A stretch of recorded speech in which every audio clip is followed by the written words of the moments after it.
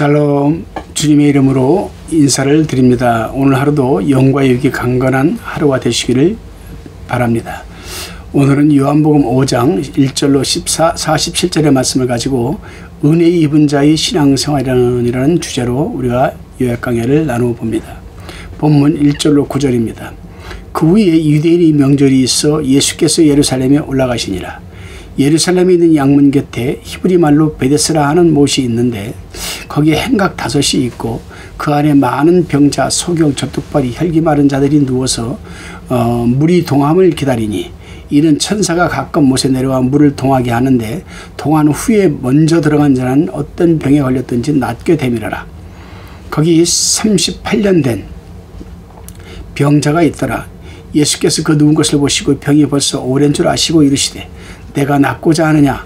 병자가 대답하되 주여 물이 동할 때에 나를 못에 넣어줄 사람이 없어 내가 가는 동안에 다른 사람이 먼저 내려가나이다. 예수께서 가라사대 일어나는데 자리를 들고 걸어가라 하시니 그 사람이 곧 나와서 자리를 들고 걸어가니라. 이날은 안식일이니. 아멘. 본문에 유대인이 명절이라고 했는데 유대인들은 절기를 명절이라고 부르니까 어떤 절기인지는 확실치가 않습니다. 유대인들은 3월이 불임절이 있고 4월이 유월절, 5월에 오순절, 10월에 초막절, 12월에 수전절이 있는데 요한복음 7장 2절에 초막절을 명절이라고 한 것을 보면 아마도 이때도 초막절이 아닌가 생각을 합니다. 이스라엘에는 성문이 여러 개가 있습니다. 분문, 어문, 양문 이렇게 이런 식으로 쭉 있는데 그 가운데 북동편에 있는 문의 이름을 양문이라고 하였습니다. 그 문으로 들어가면 양을 팔고 사는 그런 양의 시장이 있었으며 지금은 스데반 문이라고도 합니다. 그 양문 곁에 바로 베데스라고 하는 연못이 있었는데 베데스라는 말은 자비집이란 뜻입니다. 이 연못은 가끔 물이 속에서 솟아오르는 이 간헐천으로서 이런 천사가 와서 가끔 물을 동하게 하는데 그때 먼저 들어간 사람은 어떤 병이든지 낫는다는 전설이 내려왔습니다. 그래서 각종 이 불치병 환자들이 모여들어서 연못에서 최대한 가까이 자리를 잡고 물이 동하기를 기다려왔고 환자들이 많다 보니 그 주변으로 행각을 5개나 지어 놓았던 겁니다. 그런데 그 베데스다 연못 행각에 38년 동안이나 병을 앓고 있는 환자가 있었는데 예수님께서는 그 환자를 주목해 봤습니다.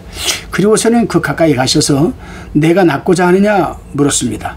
병자는 주여 물이 동할 때에 나를 못에 넣어줄 사람이 없고 내가 가는 동안에 다른 사람이 먼저 내려갑니다라고 대답을 합니다.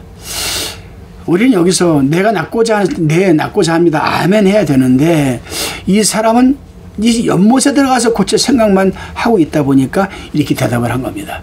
그래서 예수님께서는 이렇게 얘기를 합니다. 일어나 내 자리를 들고 걸어가라. 근데 이 사람이 곧 나와서 자리를 들고 걸어갔습니다. 이날은 안식일이었습니다, 여러분. 그렇습니다. 병이 중하고 안 중하고 오래되고 안 오래되고를 떠나서 예수님께서 일어나라고 할 때 아멘으로 화답하고 믿고 순종하여 일어나면 병이 낫게 되는 겁니다, 여러분. 그 이유는 예수님은 능치 못할 일이 없고 무에서 유를 유에서 무를 창조하시는 분이기 때문에 그렇습니다. 다시금 본문 10절로 18절까지를 살펴봅니다. 본문 10절에 유대인들이 병 나은 사람에게 이르되 안식일인데 내가 자리를 들고 가는 것이 옳지 아니하니라고 하였습니다. 그러자 병 나은 사람은 나를 낳게 한 그가 자리를 들고 걸어가라 하더라. 그래서 난 그렇게 했다. 이렇게 대답을 했습니다. 그렇습니다. 예수님이 말씀하시면 순종하면 되는 겁니다. 예수님이 말씀하시면 순종하면 오케이 땡큐입니다, 여러분. 오늘날 많은 그리스도인들이 자신이 속한 교회와 교단에 얽매여서 예수님의 말씀보다는 교회의 규칙과 그리고 교단의 정책에 얽매여서 성령의 역사를 가로막는 일들이 얼마나 많은지 여러분 모릅니다. 교회의 규칙보다도 정관보다도 교단의 정책보다도 하나님의 말씀이 먼저입니다, 여러분. 본문 12절에 저희가 묻되 너더러 자리를 들고 걸어가라 한 사람이 누구냐라고 물었습니다. 이 질문에서 나타나는 것은 그들은 예수님이 누구인지를 모르고 있었다는 사실입니다, 여러분. 본문 14절에 그 후에 예수께서 성전에서 그 사람을 만나 이르시되 보라 내가 나았으니 더 심한 병이 생기지 않게 다시는 죄를 범치 말라고 예수님께서 그 사람에게 주의를 주셨습니다. 그렇습니다. 본문에 보면 병 나은 사람은 성전 생활을 하고 있는 것이 지금 나타나고 있습니다. 병이 낫는 은혜를 입은 자는 성전 중심적인 신앙화를 해야 한다는 겁니다. 그리고 틈틈이 기회 있을 때마다 병고침을 받는 간증의 삶을 살아내야 하는 겁니다. 본문 15절에 보면 그 사람이 유대인들에게 가서 자기를 고친 이는 예수라 아니라고 하였습니다. 그렇습니다. 이 사람은 이제 적극적으로 예수님을 증거하는 삶을 살기 시작했습니다. 본문에 보면 그 사람이 유대인들에게 가서라고 하였습니다. 오라고 하지도 않았는데 자신이 찾아가서 예수님을 증거하신 겁니다. 누구에게? 예수님을 아주 적극적으로 반대하는 유대인들에게 가서 말입니다. 그렇습니다. 우리도 마찬가지입니다. 필요한 때만 예수님을 찾고 필요하지 않을 때는 찾지 않는 그런 신앙생활이 아니라 평소에 적극적으로 하나님의 은혜를 필요로 하는 이웃들을 찾아 나서서 자신이 하나님으로부터 은혜를 입은 것을 간증하는 삶, 그러한 삶을 살아내는 것 아주 여러분 중요합니다. 하나님이 기뻐하시는 삶이거든요, 여러분. 이제 본문 19절로 30절까지를 살펴봅니다. 예수님께서 스스로 할 수 없는 것은 능력이 없어서가 아닙니다.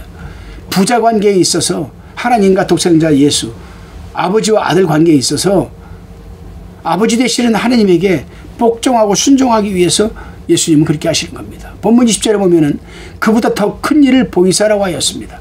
더 큰 일은 21절 29절에 있는 심판과 부활에 대한 일들을 가리키는 겁니다.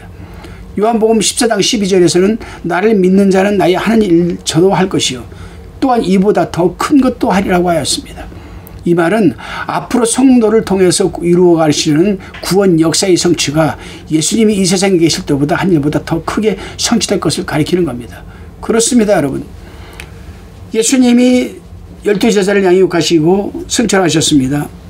70인 제자와 500여 성도들을 또 두시고 12제자를 통해서 복음이 증거되기 시작했습니다. 70인 제자들을 통해서 복음이 증거되기 시작했습니다. 지금은 어떻습니까, 여러분? 전 세계에 여러분 하나님을 아버지로 믿고 예수를 구원자로 믿는 기독교인들이 얼마나 많습니까? 바로 이런 원리를 말씀하신 겁니다. 그렇습니다. 예수님은 기초공사로서 구원의 운동의 털을 닦아 놓은 것이고 예수님이 부활 승천하시고 오순절 이후에는 성도들이 예수님이 닦아 놓은 터 위에다 영적인 성전을 건축해 나가는 겁니다. 저나 여러분이나 다 영적인 성전들 아니겠습니까, 여러분? 본문 22절에서는 아주 중요한 말씀을 하셨습니다. 아버지께서 아무도 심판하지 아니하시고 심판을 다 아들에게 맡기셨으니라고 중요한 말씀을 하십니다.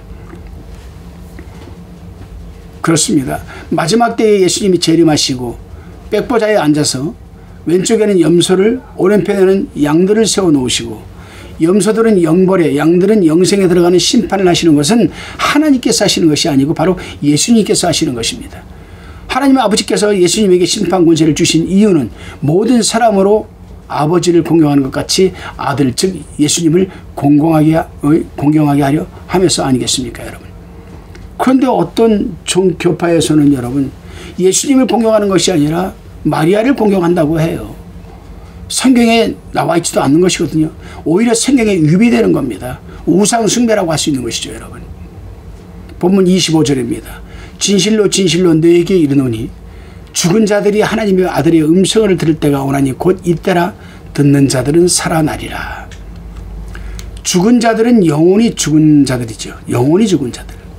영혼이 죽었다는 것은 하나님과 단절된 상태를 말하는 겁니다. 인간과 하나님 사이에 장벽이 가로막혀서 이 장벽이 죄죠. 이 장벽이 가로막혀서 여러분 하나님과 인간이 단절된 상태를 말하는 겁니다. 그래서 에베소서 2장 1절에 보면은 너희 허물과 죄로 죽었던 너희를 살리셨도다라고 하는 겁니다. 그렇습니다, 여러분. 예수 그리스도의 복음을 듣고 믿을 때에 죽었던 영혼이 살아납니다. 복음은 믿는 자를 살려내는 능력이 있다라고 복음 로마서 1장 16절에서 말하고 있습니다. 다시금 여러분 본문 28절로 29절을 살펴봅니다. 이를 기히 여기지 말라. 무덤 속에 있는 자가 다 그의 음성을 들을 때가 오나니 선한 일을 행한 자는 생명의 부활로 악한 일을 행한 자는 심판의 부활로 나오리라. 이 말씀은 예수님께 육체의 부활 권세가 있음을 가리키는 겁니다.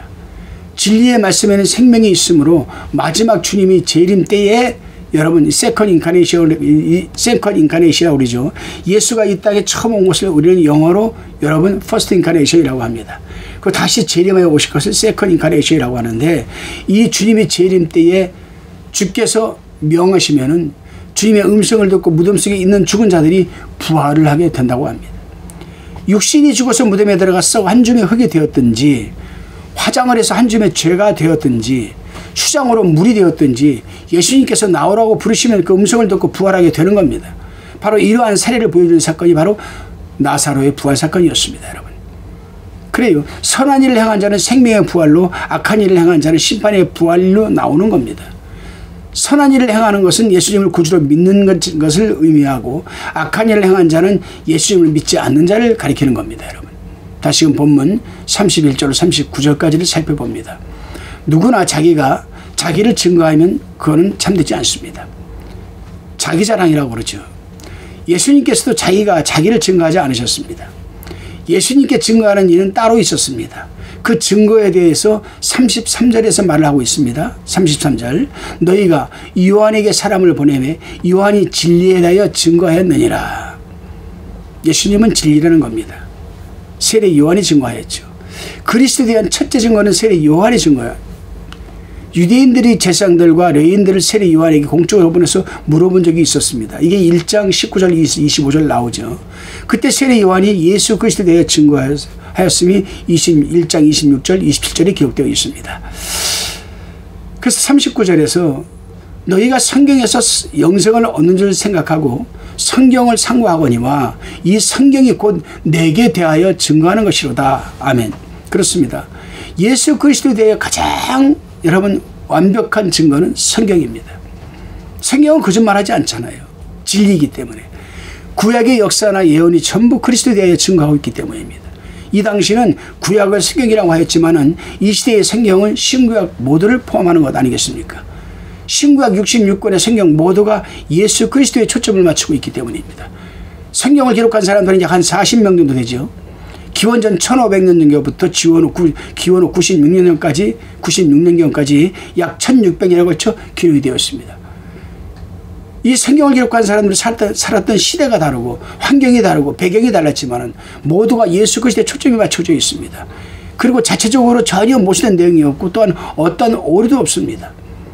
또한 저자들은 모두가 각자의 개성에 따라서 기록을 하였지만 하나같이 한 분의 참된 하나님, 그리고 구원의 동일한 한 가지 방법, 즉 예수 그리스도를 기록하고 있으니까 성경이 가장 완벽하게 예수 그리스도가 메시아, 즉 구원자인 것을 증거하고 있는 겁니다. 그렇기 때문에 우리는 성경을 해석할 때에는 어느 한 구절만 보고 그 한 구절의 문맥에 따라 해석할 것이 아니라 신구약의 통일성을 가지고, 왜? 전부 다 예수의 초점이 맞춰져 있기 때문에.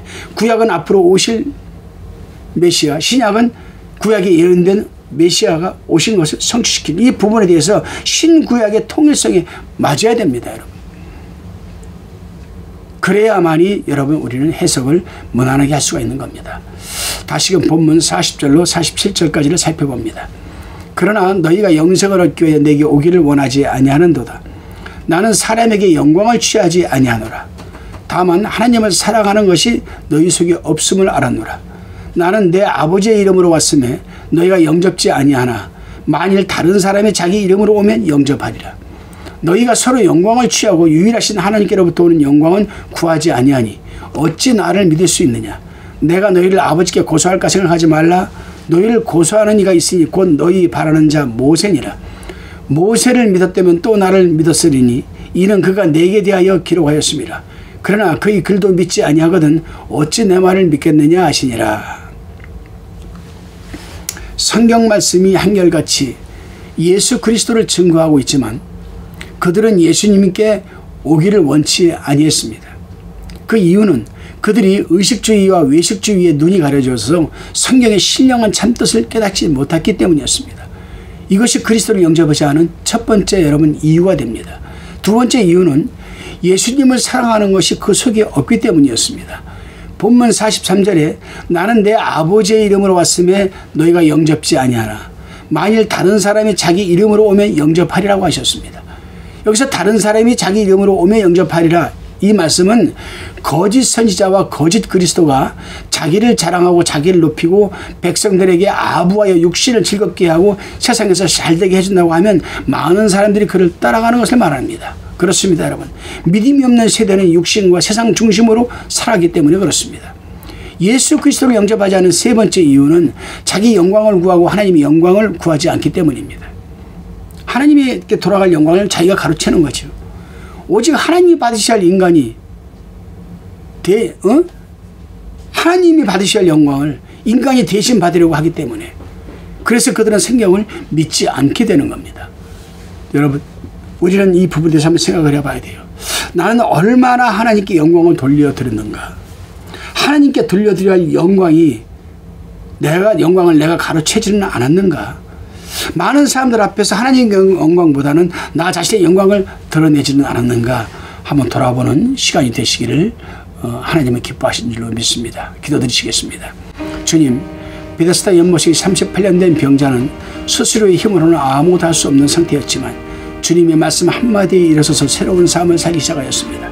오늘도 주님께서 우리에게 물으실 겁니다. 내가 낫고자 하느냐? 이 질문은 우리의 문제를 해결하기 위한 순종을 요구하는 것이라고 믿습니다. 오늘날도 우리의 문제를 해결하기 위하여 주님의 말씀을 신뢰하게 하옵시고 말씀에 순종하게 하셔서 우리의 삶 속에서 회복과 변화의 역사를 경험하게 하옵소서.